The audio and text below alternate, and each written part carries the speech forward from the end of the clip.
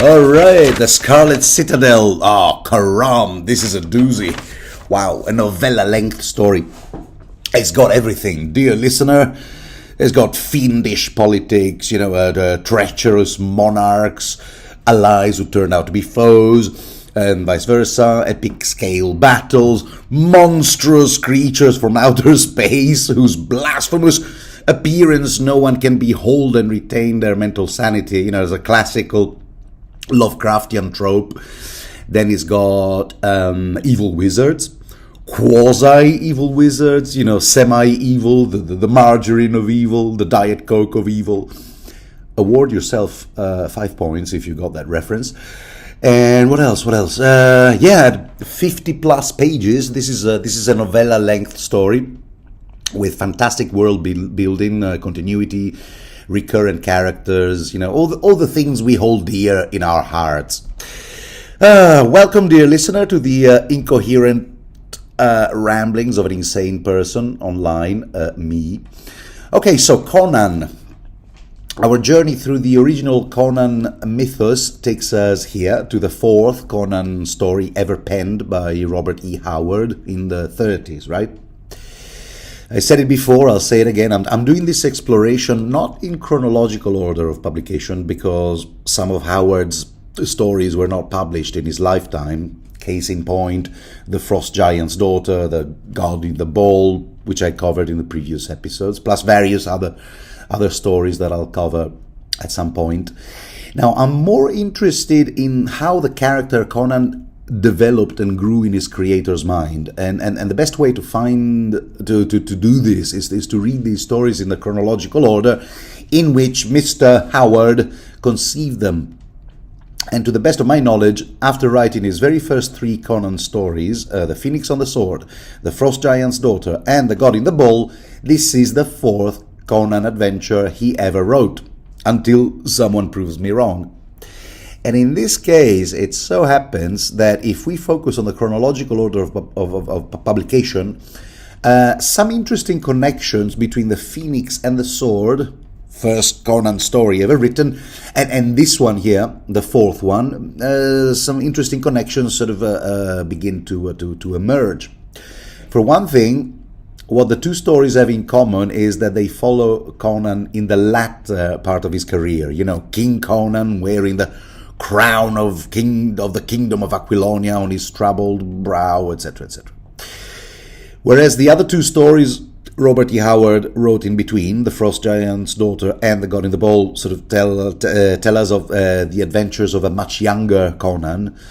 But get this, neither of those 2 stories about a younger Conan actually reached the public in Howard's lifetime, because they were both rejected by Weird Tales magazine, where he submitted them.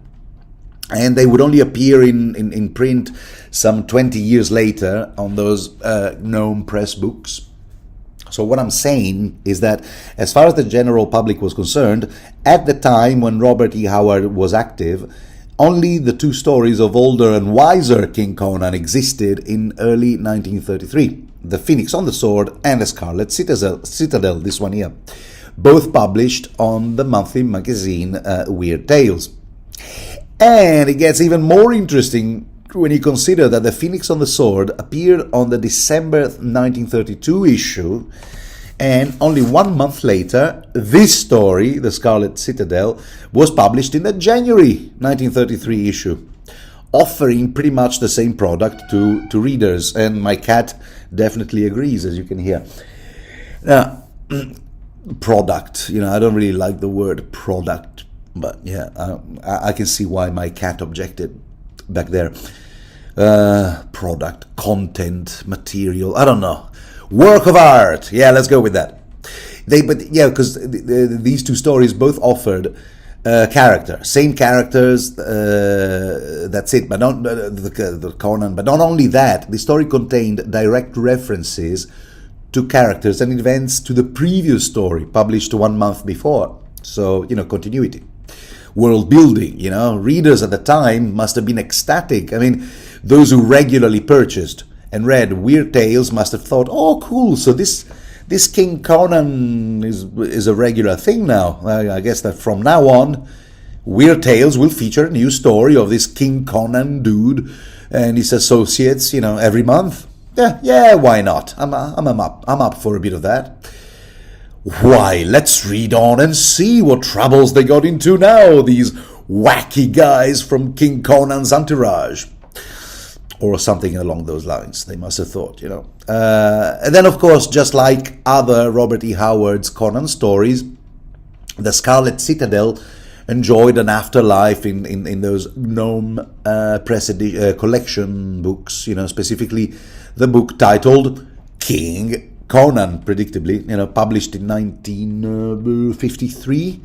And then in the Lancer editions, in the book titled Conan the Usurper, published in 1967. This version, appearing in both collections, was rewritten and edited by L. Sprague de Camp. But the original text, as Robert E. Howard originally wrote it, only appeared in the early 2000s, first in the Fantasy Masterworks / Golangs, and then in the Del Rey edition. Okay, so the story, right?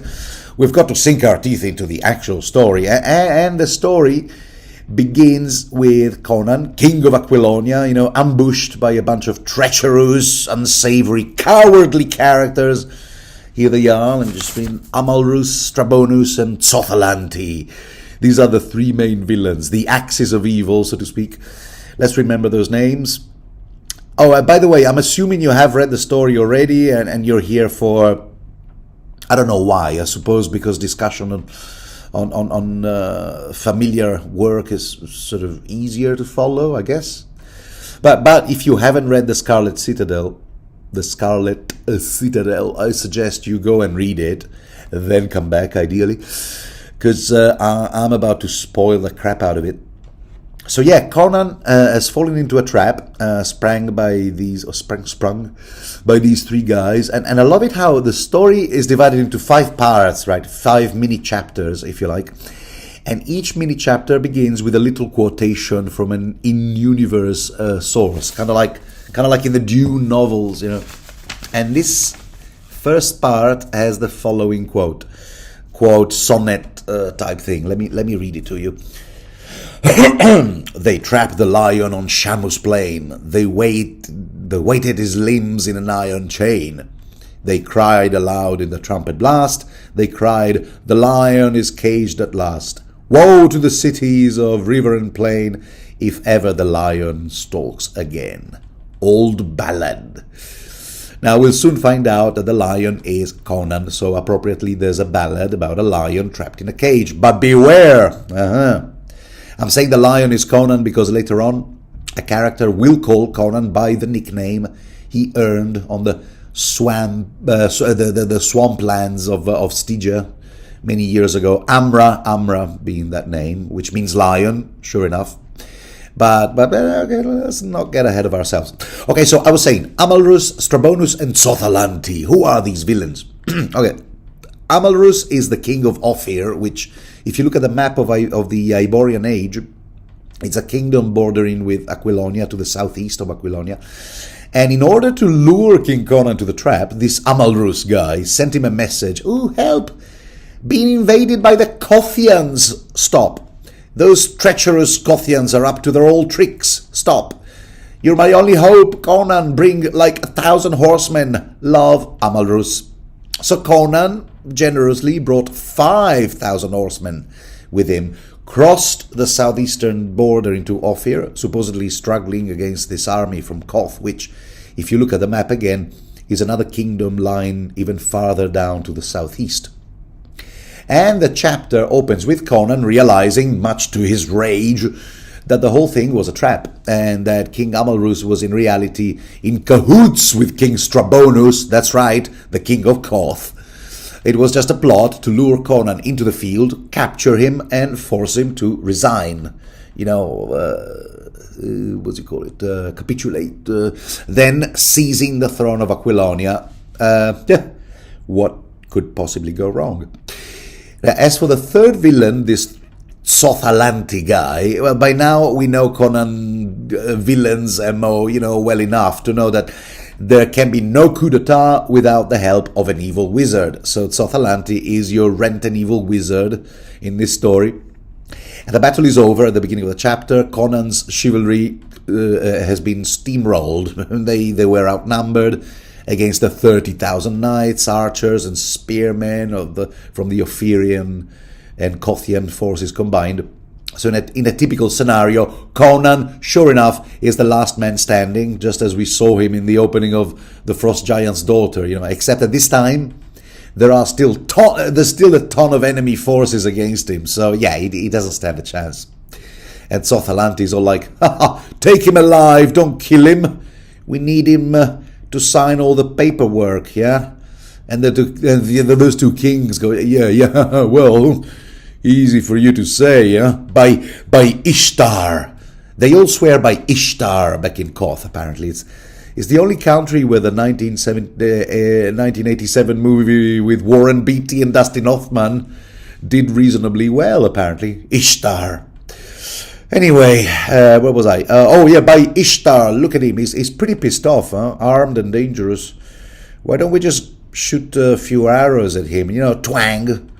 Or whatever noise the arrows shot by Shemite bowmen make. Oh yeah, that's right, because I forgot to tell you, because the king of Koth, Strabonus, uses bowmen from Shem, which is this kingdom south of Koth. I suppose these Shemite archers are like mercenaries. I don't know. Anyway, so yeah, Tsothalanti, right? A stickler for proper procedure. He's all like, I say don't hurt him. Leave Conan to me, all right? That's classic Tsothalanti. So cool as a cucumber, he walks right to Conan, who, as you can imagine, is still brandishing his broadsword with a sort of like, don't come near me, or there will be hell to pay. That kind of attitude, And this Tsothalanti guy, who is described as lean as a vulture, because of course, clad only in silken robes, because of course, and he's all like, I'm not here to hurt you, Conan. Let's all just chill, all right? And fast as a snake, he injects Conan's forearm with a shot of the old juice of the purple lotus, which grows in the ghost-haunted swamps of southern Stygia, with the effect of paralyzing Conan, even though he's still conscious. Kind of like, in Stephen King's story, Autopsy Room 4, which was in turn inspired by this other story, like a breakdown by Louis Pollock. And both stories about a bloke in a state of apparent death, except that not only is he alive, but fully conscious and feels pain, and they're about to perform an autopsy on him, Boy, do I digress today. Anyway, so Conan collapses, so he gets himself captured, and they put him in a caravan. The plan, ride to Koth, the capital city, Korshmith, just to carry the wounded back home, and Conan, while the rest of the host is supposed to ride to Aquilonia, occupy the city of Shamar, and announce that the kingdom of Aquilonia is now under new management. So Conan keeps chastising himself, for having fallen for the oldest trick in the book, and it takes them till midnight to arrive to this Horshmish, aka the Queen of the South. That's what tourists call him. Call that city. And just one glance at the city, should give anyone a pretty good idea of who's really in charge around here, because it's not King Strabonus, but rather the evil wizard Tsothalanti, because the citadel on top of the highest hill overlooking the entire city, and clearly a seat of power, is not the residence of King Strabonus, but the residence of Tsothalantes, and it's called the Scarlet Citadel. Roll credits. And it's also called the Castle of Tsotha, just to make it unmistakable. Here, let me read you the quote. At a distance, it was like a splash of bright blood in the sky. Only one narrow street, paved with marble and guarded by heavy iron gates, led up to it, where it crowned the hill dominating the city. The sides of that hill were too sheer to be climbed elsewhere. Yeah, see, so it's also impregnable, this Scarlet Citadel. The second mini chapter opens with the poem "The Road of Kings," written by Robert E. Howard, although in universe it's supposed to be a fragment from another ballad. Here, gleaming shell of an outworn life, fable of right divine. You gained your crowns by heritage, but blood was the price of mine. Blood, that's right. The throne that I won by blood and sweat, by crom I will not sell, for promise of valleys filled with gold, or threat of the halls of hell. The Road of Kings. It wouldn't have been out of place in the actual novel, Conan and the Road of Kings by Robert Wagner, but I don't think he had the rights to it, so I don't know. So the theme is interesting. What's more legitimate? What's more legitimate, a usurper to a throne, or some guy who inherited the throne from a usurper? Because the latter didn't have to do anything, just sit around, squander daddy's money while waiting for him to kick the bucket, while the former had to fight and risk his life for it. So, and Conan will actually articulate this concept later on, but not now, because right now he has no time to philosophize. Right now he's in the lounge of a cocktail lounge of Tsothalanti's castle, at the mercy of this trinity of evil, the two kings guzzling wine from cups carved out of single gems and cackling maniacally, twirling their moustaches and whatnot. And Conan is now, let me read it to you, grim, blood-stained, naked, but for a loincloth, shackles on his mighty limbs, his blue eyes blazing beneath the tangled black mane which fell over his low broad forehead. The loincloth. It makes an appearance here. Oh, I'm so fond of that loincloth. I remember when I read these Conan stories on these two Gollang's fantasy masterworks books for the first time. At some point I had a sort of drinking game, before reading each new story. If the loincloth was mentioned, I'd pour myself a shot. No, but the only business-minded person here is Tsothalanti. He's like, okay, let's get down to business. He won't even have a drink until the contract is signed. This is like Michael Corleone. He's all like, look, Conan, if you just sign here, initials here, so these two guys will be the legitimate rulers of your kingdom and will set you on your merry way, with adequate compensation, read the fine print. Because at the end of the day, I mean, it's not like you wear the legitimate heir to the throne, is it? And this is where Conan challenges them all, with that logical dilemma. But right now, Tsothalanti, Amalrus, and Strabonus are interested in that debate. They just want to get their hands on Aquilonia and carve it up between them. But even here, Conan surprises those guys by showing he knows way more about their own kingdoms and the unrest and instability they face, than they thought this barbarian adventurer capable of. Clearly the Cimmerian has done his homework, and he smacks them in the face with some facts like, oh, you guys have civil unrest and rebellions left and right and in your own kingdoms, and you think you can overextend and plunder Aquilonia of his resources. Actually, okay, I suppose that makes sense. Well, Conan, that's kind of like the size of it.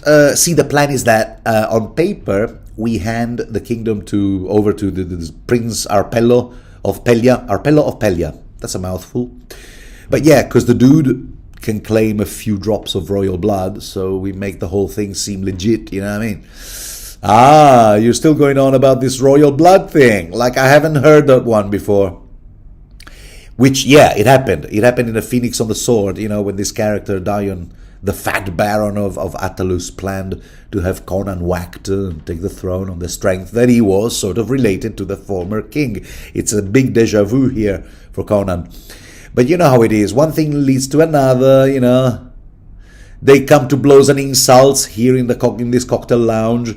Amalrus and Conan, at which point, the latter spits on his face. Amalrus going apeshit at this point. Oh, I'm gonna kick your ass. Ha! Easy to look tough, when your opponent is in chains. But Tsothalanti has another trick up his sleeve. literally, because he sprays some weird powder to Amaru's face, which a powder he literally kept in his sleeve, and blinds him, confuses him a bit, so he has to lie down. Not feeling too well. While Strabonus is all like, yeah, this is awkward. So he pours himself another drink like nothing happened. It's a weird magic powder that Tsothalanti found in a tomb of Stygia, because Stygia is where all the best party tricks come from. And he has been carrying it up his sleeve for precisely such a contingency, because you never know. Okay, so chill out. So he scolds Amarus, chill out, man. Chill out and let me do my thing, all right? Conan is my prisoner, okay? I'm in charge here. I'm the big cheese. Which reminds me, time to escort the prisoner to his cell, haha. At which point a dozen giants, on the wizard's payroll, take Conan, still in chains, and go through corridors, each more narrow, spooky, and dimly lit than the previous, until they end at a brass door, over whose arch a human skull grins horrifically. There, what did you expect? A teddy bear on top of the arch? No, there's a human skull. And there's a guy there, holding the keys to the various cells in his dungeon. He's a total monster. His name is Shukali, Chief Eunuch. Why Chief? Chief Eunuch? Is there like a whole hierarchy of eunuchs? Anyway, if there is, Shukali is in charge, all right? And he also supervises various other tasks like torture, confession, and the like. So he opens a brass door, that brass door with a teddy bear, with a human skull on top, and leads the way.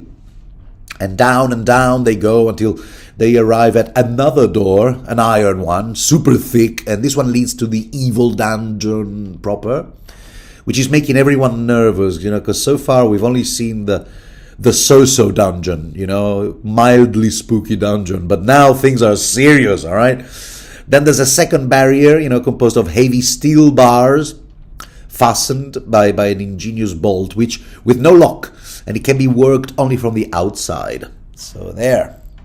So we're way deep underground at this point, underneath the hill, and this is the part where Conan gets chained to the wall, huge metal donut type thing around his waist, and Tsothalanti just has to mock him. He seems to have changed his mind about the resignation letter he initially wanted Conan to sign, but there you go. So he's all like, and so farewell, barbarian. I must ride to Shamar and the siege. In 10 days I'll be in your palace in Tamar with my warriors. What word you shall I say to your women before I flay their dainty skins for scrolls whereon to chronicle the triumphs of Tsothalanti? Huh? Man, he's really evil, this guy. And yeah, that's right, because Conan has like a harem back in Aquilonia. It's not all work, huh, Conan? So yeah, Tsothalanti's entourage. They all shut doors and gates behind them. The staff, only too happy to leave the place in a hurry. And it's all silence and darkness from now on, except for, there's a torch, hanging on the, what do you call those? A scone. Anyway, scone. Anyway, there's a torch right above Conan's head. And a supposedly old ballad opens in the third mini-chapter. Here, let me read it to you. The lion strode through the halls of hell. Across the path grim shadows fell. Of many a mowing, nameless shape. Monsters with dripping jaws is agape. I love this. The darkness shuddered with scream and yell when the lion stalked through the halls of hell. Okay.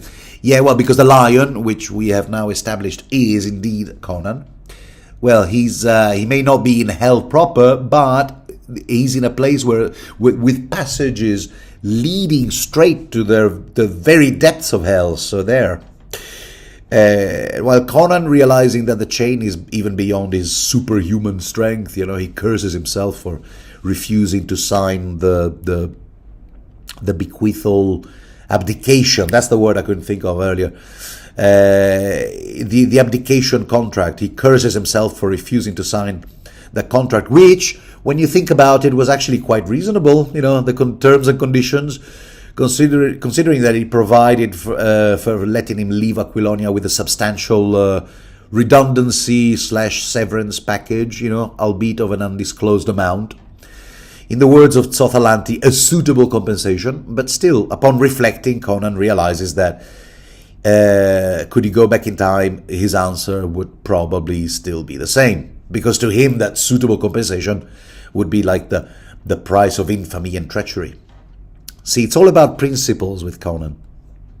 And it's at this point that Conan realizes that, let me read it to you. This is the passage, because I can't give it justice.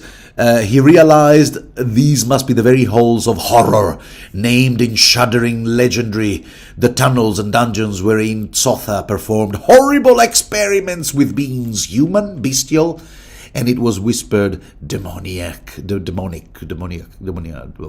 tampering blasphemously with the naked basic elements of life itself. See, this Tsothalanti must be like a Dr. Moreau type guy.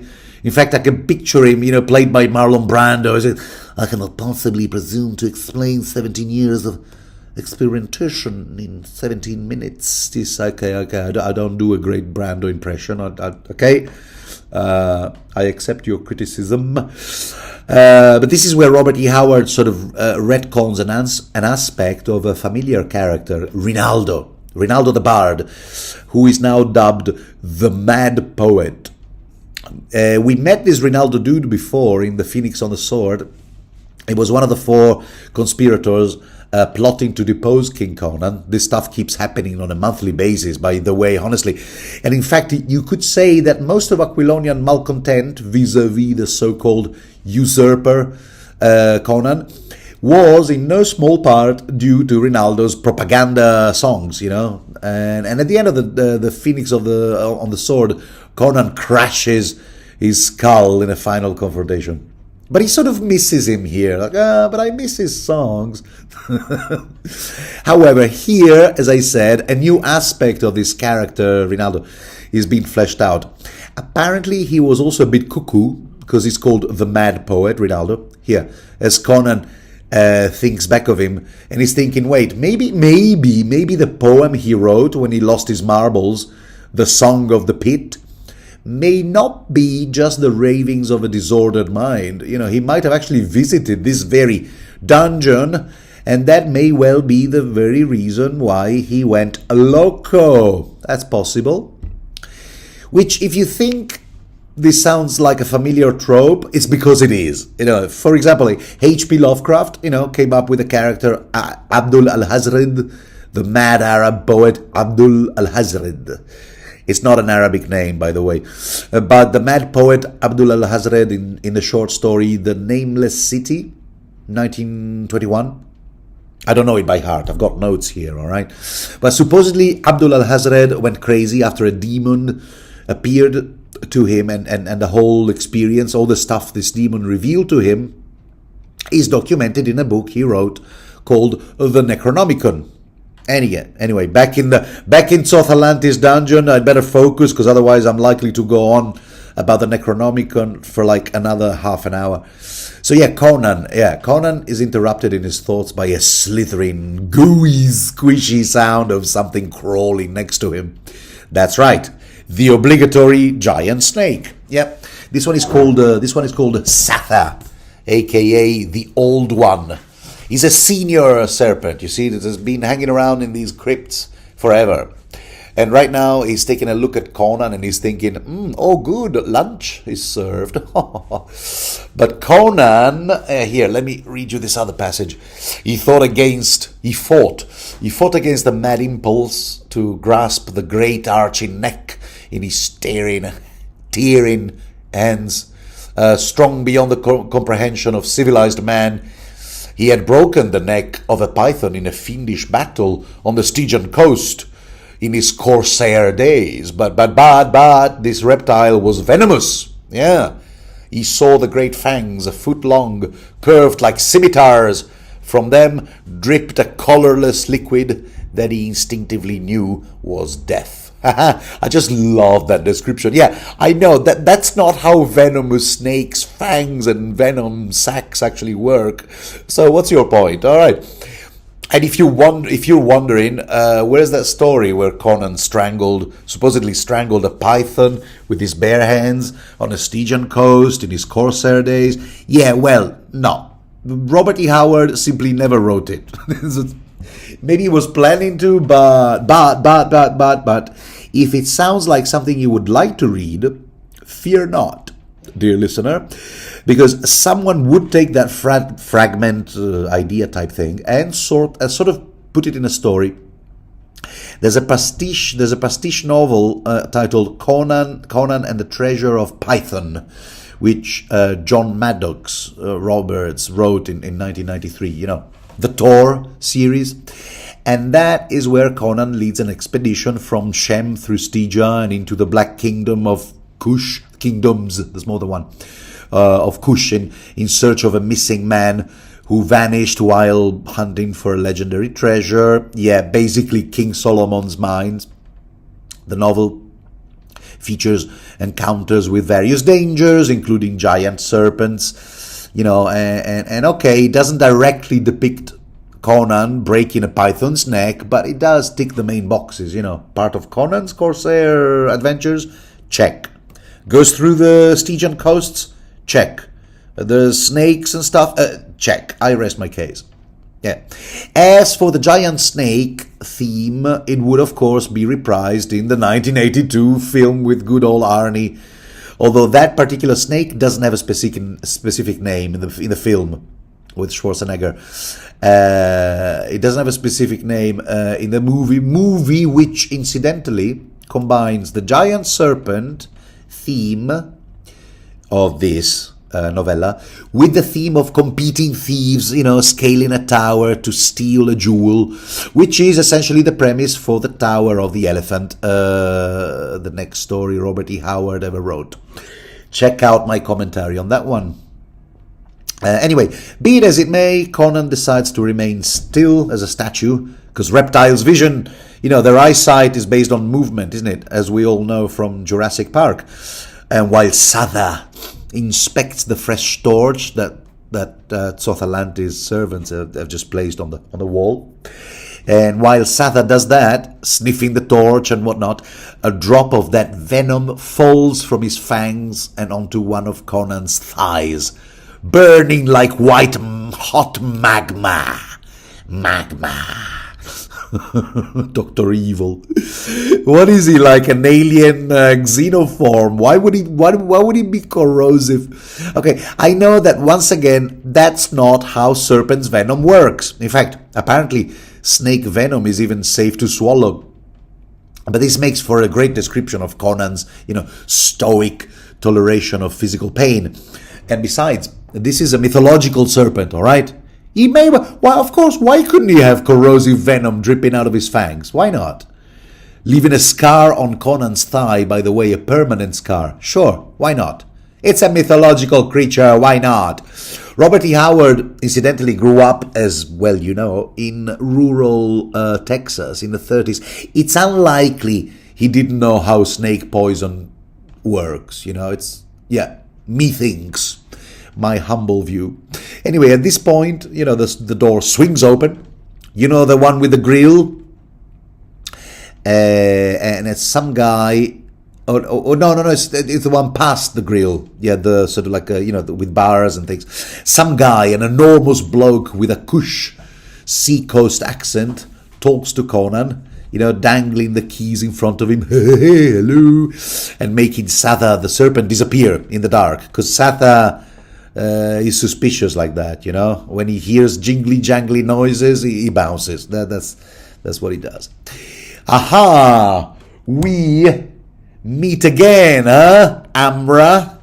I told you that someone was going to address Conan in his Kushite lion nickname. Yeah, well, it's this huge bloke, you know, with a bunch of keys in his hand.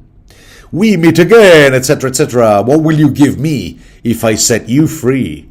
10,000 golden lunas? Not enough. Luna is a currency. I'm not sure Where from? Is it in Aquilonia? Is it, maybe it's like a common currency. 10,000 golden lunas? Not enough. 15,000 and a palace in Poitain? Still not good enough. The guy has actually no intention of freeing Conan. He's just toying with him, just teasing him. He's out for revenge, actually. You see, he has stolen the keys from Shukli, and now there he is, giving Conan his backstory. Do you remember, Amra? Do you remember the sack of Abombi, when your sea wolves swarmed in, huh? Before the palace of King Ajaga? Rings a bell? You slew a chief there, and another chief fled from you. Okay, the chief, it was my brother who died, and it was I who fled. I demand of you blood price, Arnie, Arnold Schwarzenegger. No, but Amra, he actually calls him Amra. I will have your head, ha ha ha. So there you have it. And again, if that story sounds like something you might like to read, it actually did appear eventually in a comic book format. The specific story, The Beast King of Abombi, is spread over issues 90, I got the notes here, 95 through 97 on Marvel's Conan the Barbarian. So there you have it. Anyway, so I'll have your head, yada yada yada, and he runs towards Conan brandishing a sword. He's thinking he has a chance because Conan is chained to a wall, so very limited fighting, options. But this Kushite chief, does he have a name, by the way? Not sure. Does he? Hello, my name is so and so. No, he doesn't. Now, anyway, so nor do we know how he ended up in the Scarlet Citadel in the first place. I mean, only to randomly see and recognize Conan while he was being escorted to the dungeons. Maybe he was one of those, what do you call it? Like those giants on South Atlantis payroll. Yeah, well, used to be a chief back home, but here he has to work as a henchman. Anyway, I hope you didn't grow too attached to this antagonist, because Satha cracks him on the skull with his own wedge-shaped head, and poof, the guy is no more. But guess what? Let me read it to you. The sword and the keys had flown from the black's hands to crash and jangle on the stone, and the keys lay almost at the king's feet. Aha! It's, the trope, right? It's when one problem adds itself to the previous problems, but it then ends up solving it, giving our protagonist better survival odds. I tried to look it up on TV Tropes, tvtropes.com, but I didn't think I found the exact one. Here, I found Let Them Fight, it's the name of a trope, where two antagonistic forces clash, often to the protagonist's advantage. Distraction by death, where a side character dies, distracting or satisfying a monster long enough for the hero to regroup or escape.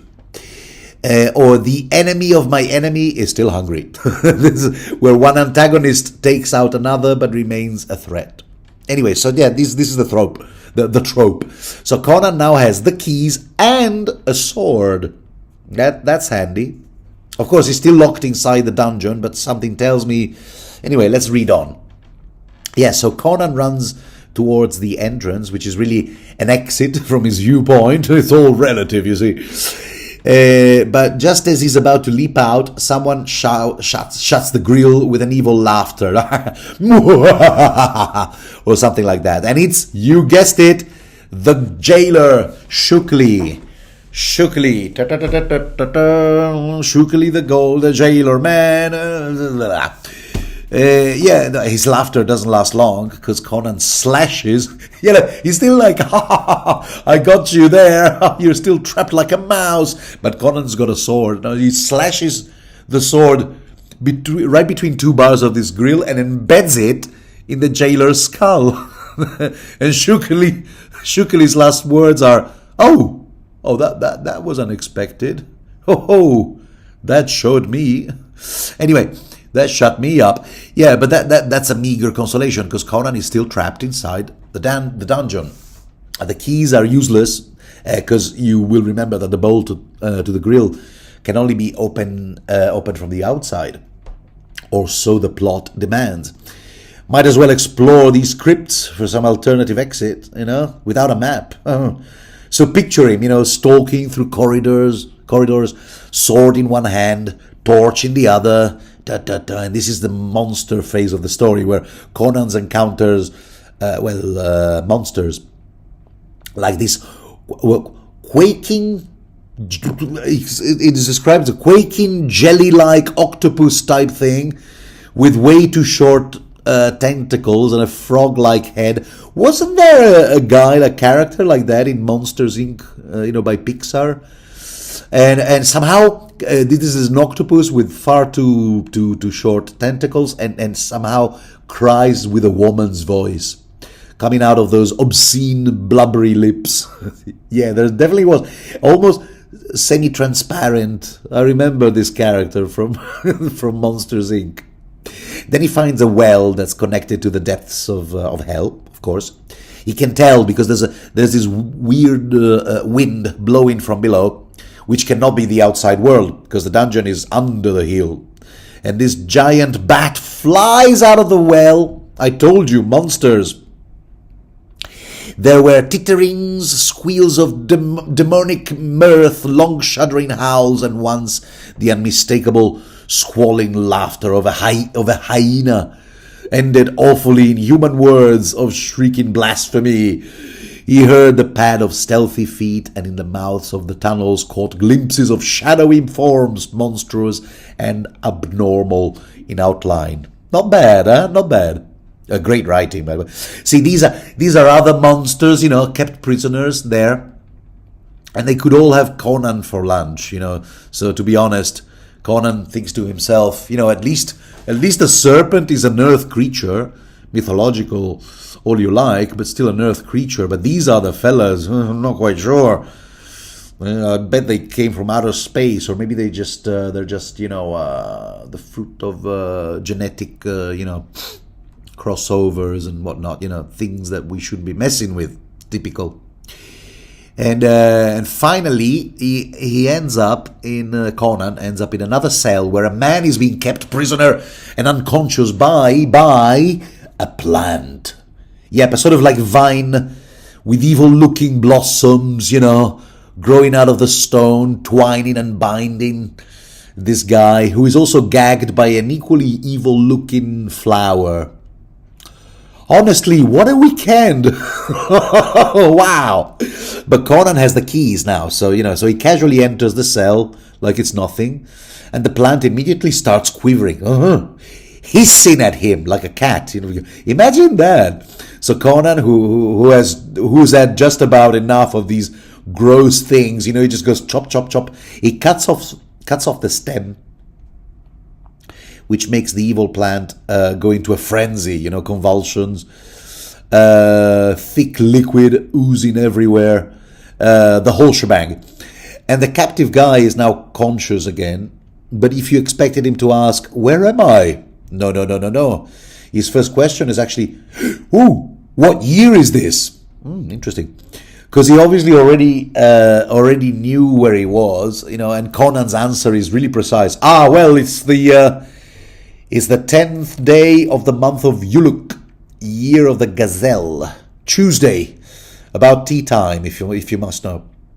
In another King Conan story, we'll find mentions to the year of the dragon, the year of the lion.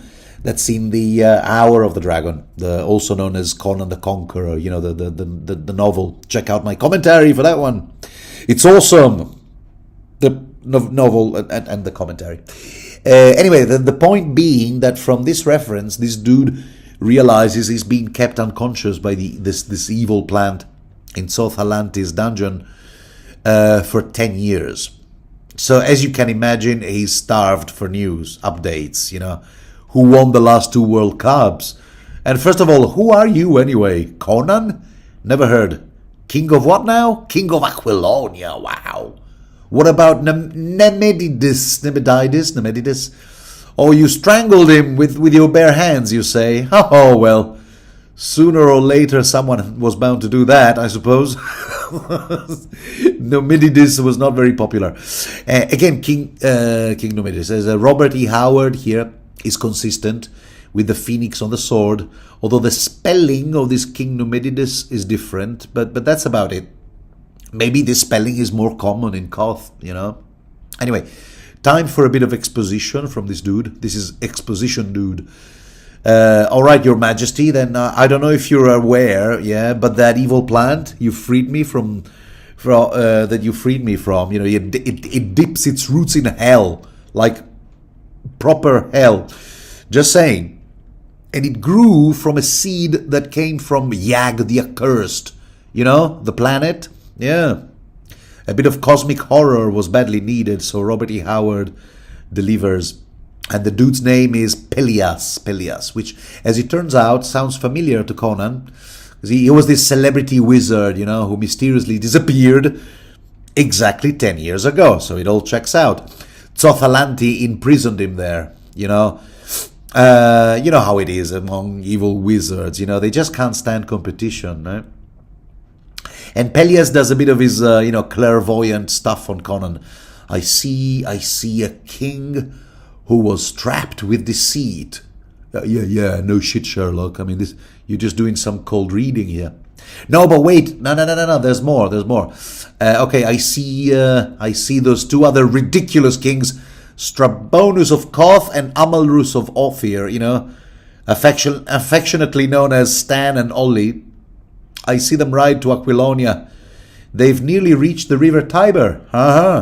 In case you needed more evidence, you know that Aquilonia is kind of like a stand-in for ancient Rome. Yeah, the river to the south of Aquilonia is called Tiber. Now we also get a history lesson here, because apparently these dungeons, yeah, they're super old. The Scarlet Citadel was initially the seat of kings until some king named Kossuth V realized that it wasn't such a great location for a royal palace, given that bizarre creatures in the basement had a rude habit of swallowing his ministers alive. You know, his viziers. You know, okay, so the text says viziers, but you know that means ministers. Arabic word, wazir, wuzura. Anyway, so then Tsothalanti came along and restored the whole place. You know, and Tsothalanti, yeah. Let me tell you something about this Tsothalanti. Rumor has it that his mother was an exotic dancer from this red light city, Shadizar. Nothing wrong with that, you know, I'm not judging, but you know, there are far less reputable lines of work in Shadizar. But the rumor has it that she once fell asleep, she slept too close to the pre-human ruins of Dagoth Hill. I don't know how she ended up in the first place. I don't want to know. I don't know if it's gossip or whatever, but the next day, the gal was pregnant with our friend Tsotha. She gave birth to Tsotha. And I'm just saying, the dude is immune to all the evil stuff going on around here. So, make of that what you will. Okay, so this is the first reference we find to this Dagoth, you know, character. Now, with this spelling, we will find the name again in Conan the Destroyer, the film first, then novelization by Robert Jordan, no less. But the Wiki fandom website dedicated to Conan, you know, but there's two of them, there's Cimmeria and there's AOC, Age of Conan. That gives us both Dagoth and Dagon as interchangeable, which opens a whole new Lovecraftian / Cthulhu mythos connection there, the Cthulhuverse. But you know how it is around here, you know, you can never sit and chat, you know, have a nice place of a gossip with a wizard, that you immediately get attacked by a giant snake. Of course, that's right, we forgot all about Satha. So Conan shoves Pelias aside. He shoves Pelias aside. I was thinking about the line that he might shout if he was played by Schwarzenegger. Here it would be saying, get down, Pelias. But that's okay, because just one glance at Pelias and the serpent recoils I can't think of a better word. I can't think of a more appropriate verb. Recoil. The serpent recoils in horror. Ah, what did you do to it, wizard? Some of your mystical magic that only works on reptiles? Nah, mate. It just peeked into my soul. These ancient beasts can do that, and once he saw my soul, he fled in horror. And Conan is all like, okay. Especially because the wizard, adds an evil laughter, to top it all up. When they get to the gate, he commands the dead body of Shukuli to rise, because he can do that. He basically turns him into a zombie, and he gets him to open the gate for them. All the while laughing, maniacally, getting the dead body to dance around a bit. Come on, you can do better than that. Give us a polka, give us a foxtrot. And Conan is a bit uneasy here, because if there's one thing that makes him uncomfortable, it's evil magic. And monsters from the cosmic abyss. See, this is our readers at this point. We're beginning to find out more and more character traits about Conan. But yeah, Conan at this point is thinking, okay, do you know what? When all this is over, I don't think I'll want to hang out with this guy for a beer or whatever, because, no thanks.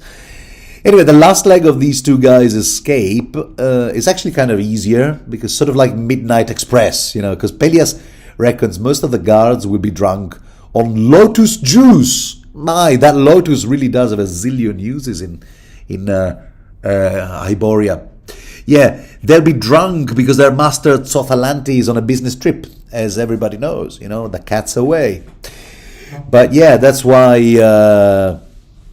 they are confident enough, to linger in a chamber, possibly some kind of a lounge. Oh, I think they go back to that same lounge. Oh, they're back in the cocktail lounge. Okay, where Tsothalanti entertains guests, and they're all like, hey, Conan, fancy a drink?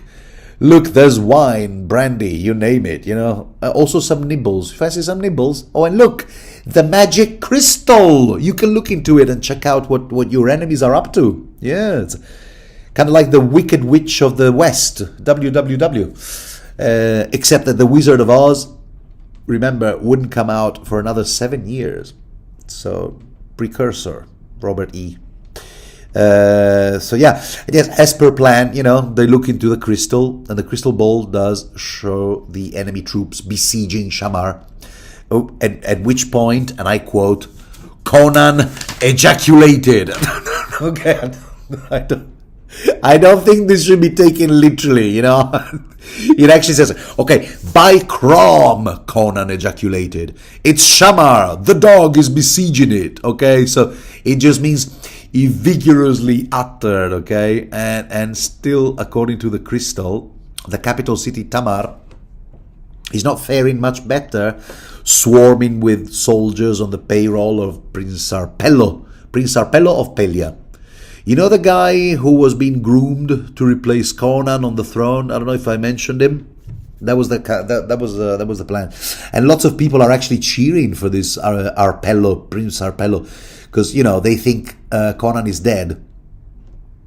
The news spread real quick, thanks to Tsothalanti's magic social media. Plus, and we get a bit of world building here, because apparently the staunchest supporters of Conan within the military ranks are these Knights of Poitain. But the populace does not seem to view these guys altogether favorably because of past wars and whatnot. Anyway, so that's not the problem right now. The problem right now is getting there, Conan is thinking, on the theater of combat, before Strabonus and company ravage the country. And even here, Pelias comes through, because he goes, look, hey, let's go up to the rooftop, and I'll show you what else I can do. So up they go, and Pelias conjures one of his weird creatures, a giant flying thingy, neither a bat nor a bird, I guess, something in between. It lands on the roof next to them and invites Conan to sit on it and fly all the way to Shamar. Man, this story has got everything. I mean, all sorts of fantasy, swords, sorcery, the whole lot. And giant flying things. So Conan mounts the beast and he's all like, yeah, you sure you don't want to Come with me, it'll be fun. But Pelias goes, nah, mate, I gotta clean up the house here. By morning, I'll be the master of these guys. I'll be there. All right, suit yourself, says Conan, and swoosh, off he goes to battle.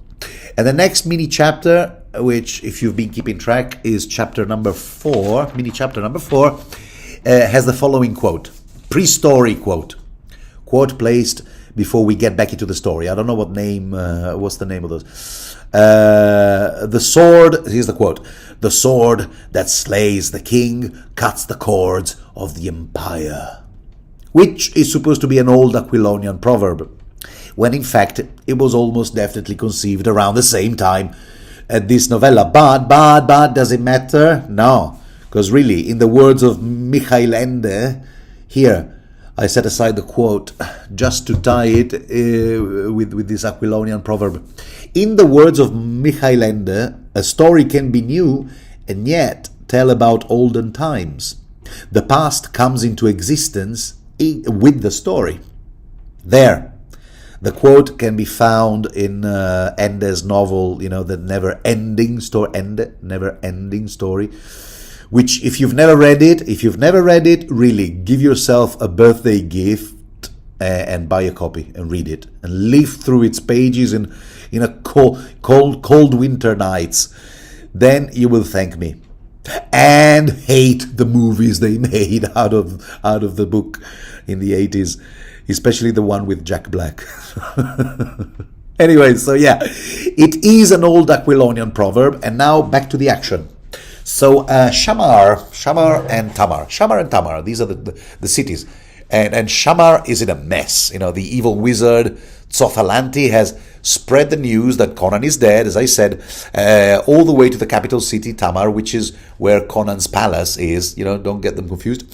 The royal palace, and all the nobles are going, okay, we're getting the hell out of here. The aristocrats, the first to flee, because they're thinking, what if these unwashed masses now occupy my lovely castle in the countryside, leaving mud footprints all over the parquet, and I had it just the way I wanted it. So it's chaos in the streets of Tamar, and we see a character we didn't get to see in the Phoenix on the Sword, Count Trocero of Poitain, Senescal of Aquilonia. Senescal. How is that really pronounced? Is that how you pronounce it? Senescal. Anyway, back in the Phoenix on the Sword, the character was off screen because he had been lured away. His presence having been requested by King Numa of Nemedia. Long story. It was all a trap anyway, and now we see this Trocero dude on the page. There's never a dull moment around here, huh? We see him trying to keep the peace in Tamar, but he's not having a good time. He's not having a great time. The populace is revolting around him. They're all like, you caused this in the first place! It's all a false flag. Government cover up and all that, yeah? Wake up, man. We want Prince Arpello! That's right. He's got a much more sexy name, To which Trocero just goes, all right then, you know what? Sod it. I'm out of here. And he leaves by the south gate, taking his 1,500 knights with him. Come along. We're gonna be considering different, career options. And as this Arpello guy proclaims himself king, we see another character familiar from the Phoenix on the Sword, Publius. Publius is this high counselor. He's called a chancellor here. Normally, he's always handing Conan, stuff to sign, paperwork and the like. Basically, picture him always chasing after Conan with a paperclip, which is why Conan doesn't like him very much, But Publius here, to his credit, he displays some loyalty and a backbone, which I appreciate, because instead of immediately bending the knee to the new usurper, he goes, no, that's highly unorthodox, I'm afraid. There's a highly unorthodox procedure. I won't stand for that. So Arpello slaps him in jail and takes residence in his quarters there injury and insult. So the next thing Arpello does is raising some kind of tax on merchants, at which point 6 of them go to the complaint, department, to say, hey, you can't do that, only to have their heads cut off. Nice one. While the soldiers on Arpello's payroll, try and say it 3 times real quick. It's almost an anagram. Arpello's payroll. Okay. Payrolls. Anyway, so yeah, Arpello's soldiers behave like thugs in the streets. So it's a boiling mess, dude. And it's at this point that news of the Kothian army has taken Shamar. I mean, just when it rains, it pours. Just as per plan, to which everyone rushes to Arpello and goes, oh, hey, hi, hello, are you still interested in this job as a king of Aquilonia? Because now would be a great time to show us you can defend this city, as a king is usually expected to do. But Arpello, first of all, they interrupted him in the middle of a party, so and he hates it when they do that. But he's so cocky, with his lovely blonde curls. It's kind of like a Joffrey Baratheon kind of character. He's so cocky. He doesn't even give them the bureaucrats kind of weekly reply, weak reply, kind of like, yeah, well, I haven't actually been officially confirmed as king yet, so the times are a bit premature. No, he doesn't even do that. He just laughs at their face. I don't care, and he slams the door in their faces.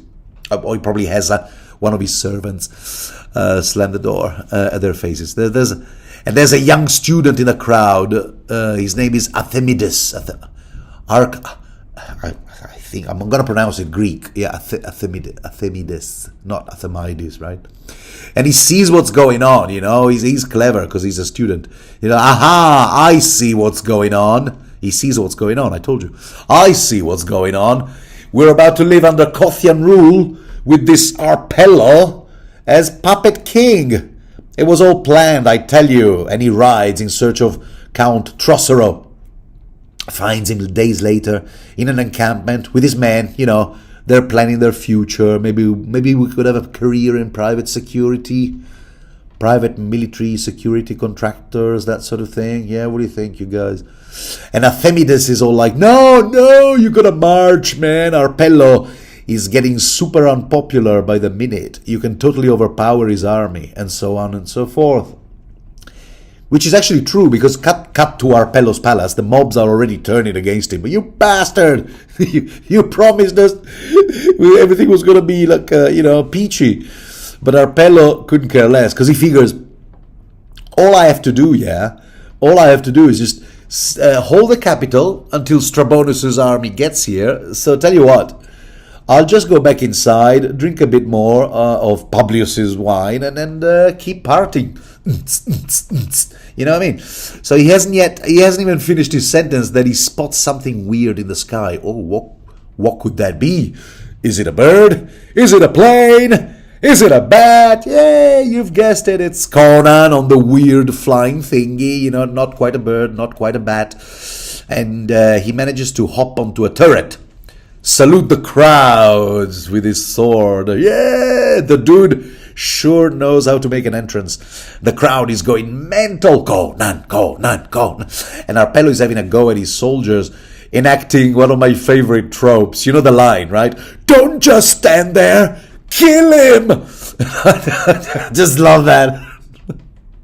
I should play that character in a movie or something, or a TV series. I would love to. Don't just stand there. Shoot him. Anyway, it's all for nothing, because Conan jumps onto the terrace where Arpello is standing, all transfixed, and grabs him and hurls him down, and splat, Arpello plunges to his demise. There. The shortest tenure as a monarch in the whole history of Aquilonia. The fifth and the final mini chapter of this novella gives us some good old battle descriptions and world building like it's not even funny. I mean, even the pre-chapter quote is a song by the Bosonian archers, which, if nothing else, tells us that apparently archers within the ranks and file of the Aquilonian army tend to come from the Bossonian marches, right there to the west, bordering the Pictish lands, Also, we read about pikemen from Gunderland, another place in Aquilonia, somewhere up north. And on the opposing side, we have archers that the Kothish army tends to recruit from Shem. Listen here, these were Shemites, born with bows in their hands, not to be matched by Aquilonian archers. See, there you go. But it's on the city of Shamar that the action focuses on, because the invading armies haven't quite conquered it, The same old Strabonus's and Almaruz's army, all under the supervision of the evil wizard Tsothalanti, and the city is a mess, really. Until a huge army comes to meet the invaders, cloppity-clop, cloppity-clop. Yeah, the sound of hooves, in case you needed to be reminded. And much to his dismay, Amalrus notices Count Trossero. Yeah, there he is, leading the army. He finally, he got persuaded to set up and march and meet the bastards, meet the invaders. Next to him, there's Prospero. Remember him? Prospero from the Phoenix on the Sword. It's basically Conan's right-hand man. But there's someone else riding next to these two guys, and he can't quite identify. Oh, holy shit, it's Conan. Yep. So Tsothalanti catches on real quick. He puts two and two together. He figures his arch nemesis, Pelias, must have helped Conan escape the dungeon, and he goes berserk, promising the serpent god, Set, obviously, some assorted human sacrifices. He's really losing it, man. So Conan's ragtag army, faces, let me read it to you, a shimmering ocean of steel. Gotta love this style. You can almost hear Basil Polidouris, soundtrack playing, and so on. So arrows fly, darkening the sky, just like in the Bossonian archer's song. And in no time, the Aquilonian army tears the enemy army a new one. And if you'll pardon my French. And there's this General Arbanus, leading the Kothian army, and he's foaming at the mouth. My army! I had it just the way I wanted it. The first villain to go down is Amalrus. Finally, right? Practically cut in halves by Prospero's sword. But the real confrontation is between Conan and Strabonus, which ends pretty much like here. Let me read it. The 5-foot blade crushed Strabonus's casque and skull, and the king's charger reared screaming, hurling a limp and sprawling corpse from the saddle. There, decapitated. Oh, and then there's this passage. Check it out. Then a fight became a slaughter. Driven into the river to drown in their armor, or hacked down along the bank, the invaders perished by the thousands. No quarter they had promised, no quarter they got. So there you have it. But I know what you're looking forward to get into. When is Conan going to make mincemeat out of Tsothalanti once and for all? The guy who slapped him in a dungeon and left him there to die. And here it is. Fear not. Because you have to remember that the invading army has crossed the river with like a flotilla of boats, all closely anchored together. And now Tsotha is all like, all right, I'm out of here. Riding back south, on these boats that are now slowly but surely drifting apart from each other. Farther and farther away from each other, right? And with Conan behind, cloppity, cloppity, clop. Again, sound of hooves. He's leaping his steed from boat to boat as a man might leap from one cake of floating ice to another. Kind of like that scene from The Hobbit, the Battle of Five Armies. The one I'm talking about, the PlayStation quality scene where Legolas does a gravity-defying feat of jumping between falling rocks and stonework and whatnot. So anyway, hot pursuit, that's right. Until the wizard gets thrown off his horse by an eagle. I'm not sure whose side the eagle is on, but that's what Robert E. Howard wrote here on the page. No further explanation given. Right. Anyway, so he just needed a plot device to get Sothalanti with his feet back on the ground, I suppose. Because at this point, Conan, ever the stickler for honor and in combat, he dismounts as well, cool as a cucumber, slowly walks towards the evil wizard, who at this point is all like, "Don't come near me! I have flashy, shiny death rays coming out of my hands, I'm not afraid to use them. It's one of the superpowers I have, so be warned." And just to prove his point, he starts hurling, balls of fire, one after the other, which Conan has to dodge, one by one, while getting closer and closer. He's good like that, And, bear with me, I just have to read you this bit aloud. Before Tsotha could toss the globe in his left hand, Conan's sword sheared through his lean neck. This has got a vulture neck, you see. The wizard's head shot from his shoulders on an arching fount of blood, and the robed figure staggered and crumpled drunkenly. There are only so many ways to describe a guy beheading another, but I think Robert E. Howard used them all. And thus ends Tsothalanti. Tsothalanti, we hardly knew you. And it's at this point that, the eagle, there it is, the eagle, it starts cackling madly, with Pelias' voice, the other wizard. That's right, the eagle was sent by Pelias, or maybe possessed by Pelias, or maybe it was Pelias in eagle form, I don't know. The other sorcerer, I'd forgotten all about that. Okay, in my defense, I hadn't read this story in a while. So, I'm kind of rediscovering the details as I leaf through the pages. Anyway, yeah, so that's nice. Oh, that's nice. Thank you, Pelias, following up on your new best friend's progress. That's cool. That's cool.